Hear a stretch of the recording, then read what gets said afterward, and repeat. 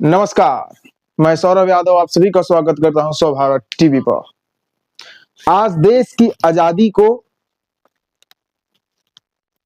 79 साल होने जा रहे हैं, पर हमारी आज देश के प्रत्येक विधानसभाओं में और लोकसभा में अनपढ़, मर्डरर, रेपिस्ट ये सांसद और विधायक बन के जा रहे हैं।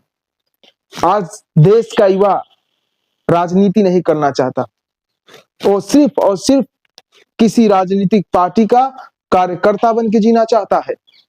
तुम्हारे भी अंदर वो जज्बा, वो जुनून, वो जज्बात होना चाहिए कि तुम भी अपनी खुद की पार्टी बना सको। आज देश की युवाओं की स्थिति है, खाने को सही से नहीं है, पर भैया ये हमारे पार्टी के समर्थक हैं, हम इनके पार्टी के समर्थक हैं। आज देश में यही चल रहा है। देश में हमारे यकीनन मानिए कि आने वाले 25 सालों में ऐसी भूखमरी आएगी कि भारत का नागरिक त्राहिमाम हो जाएगा। आज अमेरिका और चाइना एआई जैसे टेक्नोलॉजी पर इतने विकसित हो गए हैं, हमारा देश आज भी सड़क और पानी के लिए तरस रहा है। झारखंड जैसे इलाकों में यूरेनियम की खदानों के कारण वहां के लोगों का जीना अस्त व्यस्त हो गया है। यही सरकार जंगलों की कटौती के लिए 1 रुपए में सारा का सारा जंगल खरीद ले रही है। महाराज, 1 रुपए में तो आम भी नहीं आता है, आप 1 रुपए प्रति एकड़ जमीनों को बेच दे रहे हैं, अडानी अंबानी को दे रहे हैं। यही सरकार छत्तीसगढ़ में जब नक्सलियों पर, माओवादियों पर नक्सली हमला कराती है, वहां पे कहती है सरकार ये नक्सली है इसलिए मैंने इनको मारा। लेकिन नक्सली है कौन? नक्सली वो है जो शहर से दूर अपनी जंगल की रक्षा कर रहा है।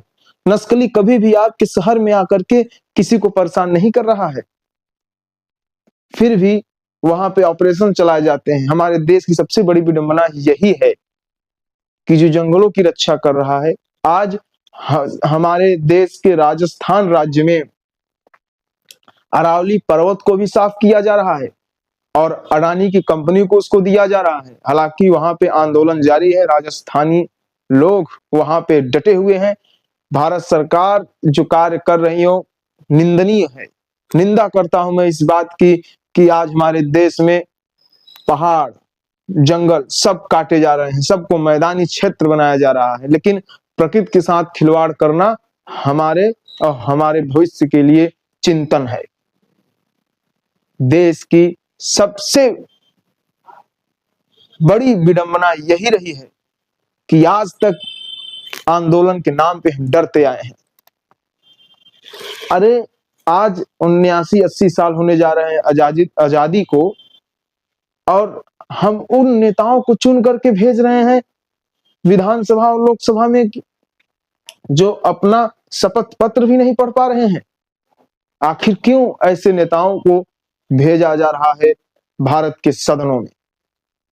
ऐसे नेताओं को कतई नहीं भेजा जाना चाहिए इन सदनों में।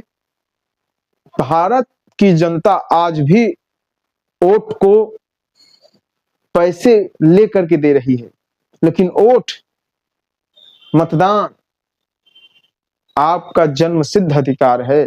लोकतंत्र में मतदान आपको निष्पक्ष करना है, अच्छा नेता चुनना है, पढ़ा लिखा नेता चुनना है, अनपढ़ों को कतई नहीं चुनना है, जो आपकी बातों को समझ सके। जो अपनी बातों को खुद नहीं समझ पा रहा है वो आपकी बातों को क्या समझेगा?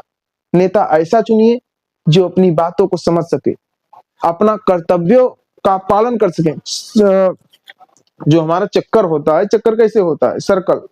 सर्कल ये होता है कि जनता नेता चुनती है, नेता आईएएस आईपीएस को आदेश देते हैं, भैया ये काम यहाँ यहाँ है, आपको करना है। आईएएस आईपीएस आम जनता से कभी नहीं डरेंगे, क्योंकि आप उनको नहीं चुने हो, अपनी मेहनत से बने हुए हैं।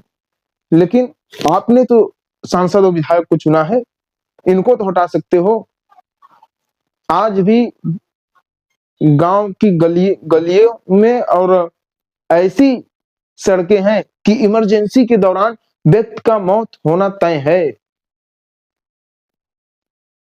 देश हमारा इस कदर पीछे जा रहा है कि जैसे अगर उबलते पानी में मेढक को छोड़ दिया जाए तो उछल के तुरंत भाग जाएगा, लेकिन अगर ठंडे पानी में मेढक को डाल दिया जाए और नीचे से धीरे धीरे आंच लगाई जाए और एक बार पानी भी उबलने लगे तो मेढक उसी उबलते पानी को सहता जाएगा। यही आज हमारे देश में हो रहा है। हम इस कदर जी रहे हैं कि आने वाले समय में सांस लेना भी हमारी आजादी होगी। अन्य देशों, ब्रिटेन, ऑस्ट्रेलिया, म्यांमार, हमारा पड़ोसी नेपाल, अमेरिका, इन जैसे देशों में AQI सिर्फ 50% से भी कम है, जो एक हेल्थी होता है आम जनमानस के लिए। लेकिन हमारे देश का AQI 400 पार है, 400 पार। इसीलिए हम 60 साल में बुढ़े हो जाते हैं, 80 साल में हमारी मौत हो जाती है, हम दादा बन जाते हैं। ये हमारे देश की वातावरण की शुद्धता है, ये हमारे देश की वातावरण की शुद्धता है। खुश रहिए, बिंदास रहिए, मस्त रहिए, आराम से जिंदगी काटिए। जय हिंद।